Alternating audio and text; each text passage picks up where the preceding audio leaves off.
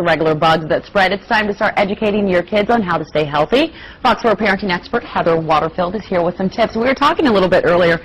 It feels like it's impossible to keep your kids healthy, especially when they're in daycare settings. Yeah, in group settings, it's easier to pass those germs around, and they're one of our most susceptible populations to catching things like disease and illness because of their immature immune systems. But there are things that we can do to help teach parents how to keep them healthy and help parents teach their children how to stay healthy. Let's talk about some of those things that you can do. I think one of the first things is stopping the spread of the disease and of the illness. A lot of times we teach our children to cover their mouths when they cough or sneeze. That's great, but what we need to do is teach them to cover or cough their sneeze with a tissue or an elbow, not into their hands, because that's when they spread those germs onto their hands and they contaminate other things. And when they're sick, keep them home. A lot of schools and child cares have policies on when they're too sick to be in school, so keep them home, not just from there, but from other public settings.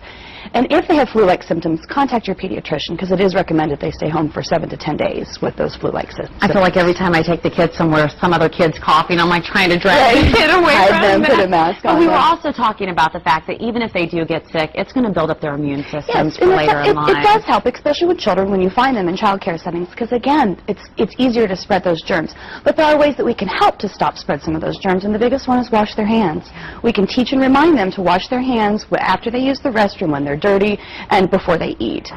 We need to use soap and water. That's the best way to wash their hands, and teach them to wash them for at least 10 to 20 seconds, long enough maybe to sing the ABC song. Hand sanitizer is okay when there's no soap, but be cautious of using it with children under the age of 2. When in doubt, ask your pediatrician. Try to have them not touch their nose or their eyes or their mouth. It's hard to do. Right, which is hard to do, but if we remind them then, because that's when the spread of germs happens. And finally, keep them healthy by giving them plenty of rest, drink water, and to eat well to help keep and build those immune systems up. Very good suggestions. Heather, thank you You're so much. welcome. For more of Heather's parenting tips, all you have to do is go to our website, fox4kc.com, click on the Morning Show tab.